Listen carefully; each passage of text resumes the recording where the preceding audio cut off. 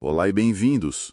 Hoje a gente tem uma missão que é quase desvendar um quebra-cabeça, um que está bem no coração da fé cristã. Qual seria? Como a figura central, Deus Pai, pode ser ao mesmo tempo o Deus único do Antigo Testamento e também a primeira pessoa de uma trindade. Parece um nó teológico, né? É um nó e tanto. E para tentar desatar esse nó, a gente tem aqui o nosso guia principal, que é a lição 2 de um material de estudo sobre a Trindade, e também uns trechos de uma teologia sistemática, digamos um pouco mais casca-grossa para dar mais profundidade. Perfeito. Então, o objetivo aqui não é só sair com uma definição de dicionário, mas é seguir as pistas que esses textos dão. E a primeira pergunta é, por onde a gente começa? Por que focar primeiro no Pai se a doutrina sobre os três? Como a origem de tudo, a fonte de onde tudo flui, inclusive dentro da própria divindade. Ok, vamos lá.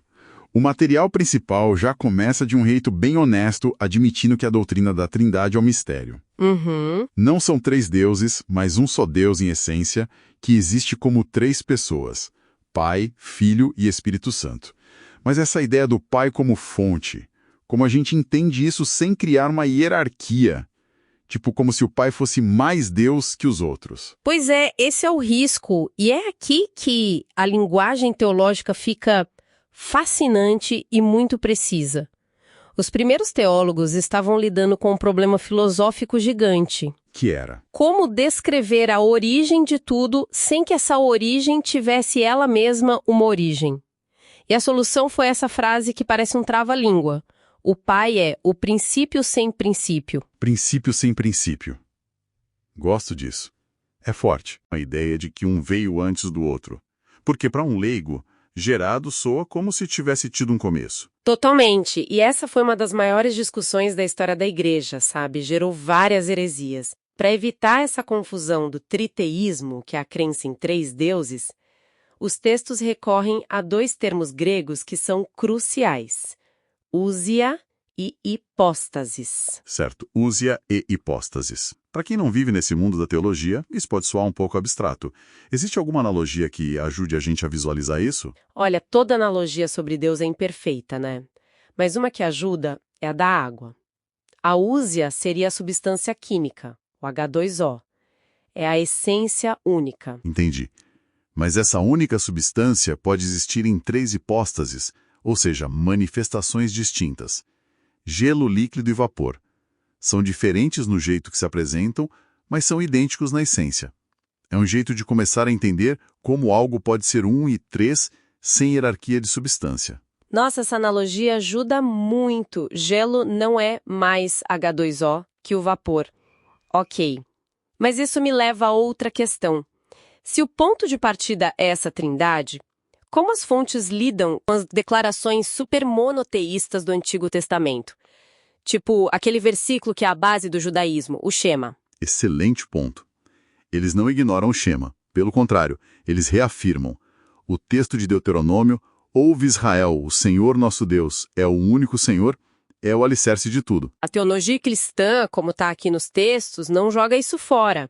Ela diz que essa unicidade do Senhor é mais complexa do que se imaginava. Não é a unidade de um ponto, mas a unidade de uma comunhão. O Pai é, sim, o único Deus verdadeiro, mas essa verdade se expressa em três pessoas. Ok. Essa ideia do Pai como fonte eterna e parte de uma unidade complexa é vertiginosa. Deixa ele numa categoria quase inalcançável, né? O que me faz pensar, se ele é tão fundamentalmente outro, como é que alguém pode afirmar que o conhece? Uhum. Como isso deixa de ser pura filosofia e vira algo relacional. Os nossos materiais mergulham de cabeça nesse problema, não é? Mergulham, e a resposta que eles dão é a chave de tudo. Eles falam de uma revelação progressiva. Progressiva. É. A ideia é que Deus não despejou todo o conhecimento sobre si mesmo de uma só vez. Ele foi se revelando aos poucos. Mas essa revelação, que era como um riacho, de repente vira um oceano num momento específico, numa pessoa específica. Jesus Cristo. E é aqui que, para mim, a coisa toda explode, Porque a resposta para a pergunta quem é Deus Pai não é uma lista de atributos filosóficos. Segundo as fontes, a resposta é uma pessoa. É olhar para Jesus e dizer: ah, então é assim que o Pai é. Essa virada é genial. É a virada central. O capítulo que a gente está analisando chama Cristo de o perfeito revelador do Deus invisível. E a teologia sistemática vai ainda mais fundo, afirmando que a encarnação é, de longe, a forma mais completa, a revelação em alta definição que Deus encontrou para se mostrar. E as fontes deixam claro que Jesus não era só um bom exemplo do Pai, né? Era algo muito mais direto. Exatamente. Não era um reflexo, era a presença. A teologia sistemática afirma que as ações, as palavras, até os sentimentos de Jesus eram a verdadeira presença de Deus na Terra. Nossa. A carta aos Hebreus citada aqui usa uma imagem incrível. Diz que o Filho é o resplendor da sua glória e a representação exata do seu ser. O resplendor da sua glória. Explica um pouco mais essa imagem pra gente. Pensa no sol e na sua luz. Você não consegue separar os dois. A luz não é menos sol que o sol, ela é a manifestação visível, palpável da estrela. É como a gente experimenta o sol. Da mesma forma, o Filho não é menos Deus que o Pai, ele é a manifestação exata do Pai. Sei. É por isso que, no Evangelho de João, quando um discípulo pede, mostra-nos o Pai, Jesus dá aquela resposta bombástica: quem me vê, vê o Pai. Não tem um caminho mais direto que esse. Se ver Jesus é ver o Pai, então o que a vida de Jesus nos ensina sobre a natureza desse Pai? Quais são as características, os atributos dele que ficam claros quando a gente olha para Cristo? Isso nos leva direto para a terceira parte da nossa análise. A teologia sistemática que a gente tem aqui é bem didática. Ela divide os atributos de Deus em duas grandes categorias: os de grandeza e os de bondade. É como usar dois óculos diferentes para enxergar a mesma pessoa. Ok, vamos começar com a grandeza. Um conceito que o material destaca é a tensão entre transcendência e imanência. Isso sempre me pareceu um grande dilema da fé, sabe? Como assim? Por um lado, se Deus é só transcendente, ele é distante e indiferente. Um relojoeiro cósmico que deu corda no universo e foi embora. Por outro, se é só imanente, ele se confunde com a criação, quase como no panteísmo. O cristianismo, então, tenta caminhar nessa corda bamba. Exatamente essa imagem, uma corda bamba. A transcendência, como os textos explicam, quer dizer que Deus Pai está acima, além de tudo que ele criou.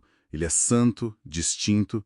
O Criador não se confunde com a criatura. Certo. E já a imanência é a ideia de que, apesar de distinto, ele está presente e ativo em cada centímetro da criação. Como o livro de Atos diz, nele vivemos, nos movemos e existimos. E onde Jesus entra nessa história? Ele é a resposta para essa tensão. Ele é a personificação da resposta. Em Jesus, a gente tem o Deus transcendente, o Verbo que era Deus, se tornando radicalmente imanente, habitando fisicamente entre nós, comendo, sentindo dor. Cristo é a ponte sobre esse abismo. Faz sentido. Outro atributo de grandeza que as fontes mencionam é a imutabilidade, a constância de Deus. Mas, sendo sincero, essa ideia de que Deus não muda, não o torna meio frio, estático, um ser sem emoções que não reage ao que acontece? É uma confusão bem comum, e as fontes ajudam a gente a esclarecer. A imutabilidade não significa que Deus é apático. Significa que o seu caráter, sua natureza e seus propósitos são constantes. Ele não melhora porque já é perfeito. Ele não piora porque isso iria contra a sua natureza. Isso não impede de se alegrar ou se entristecer em resposta às ações humanas, mas o seu amor fundamental, sua justiça, sua fidelidade, isso não vacila. Então a imutabilidade está mais ligada à confiabilidade do que à apatia. Exatamente. Isso tem uma implicação prática gigantesca que nos leva direto para outra categoria, a da bondade. A fidelidade de Deus depende da sua imutabilidade. Se Deus mudasse de planos a cada geração, as promessas não teriam valor algum. Seria impossível confiar. Impossível. É porque ele não muda que suas promessas, como a de redenção, são rocha firme. Entendi. Então a imutabilidade dele garante a bondade dele? A promessa de redenção vale porque ele não vai mudar de ideia no meio do caminho? Isso conecta tudo. Conecta perfeitamente. As fontes descrevem a redenção como uma obra essencialmente trinitária, um projeto da divindade inteira. Mas, nesse projeto, cada pessoa tem um papel distinto. O Pai é o autor, o arquiteto do plano, é ele quem enviou o seu Filho como Salvador do mundo. É nesse ponto, então, que o título Pai explode em significado, saindo de uma metáfora de poder para algo profundamente relacional. Precisamente, o ato de entregar o Filho por amor à humanidade redefine o que significa ser pai.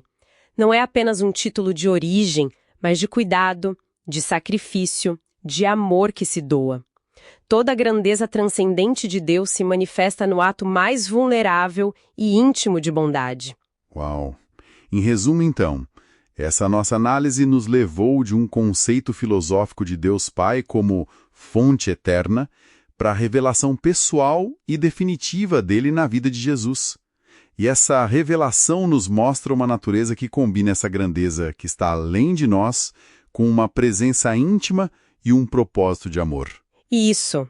Deixou de ser um quebra-cabeça e virou um retrato. Um retrato muito vivo. Um retrato pintado ao longo da história e finalizado em Cristo.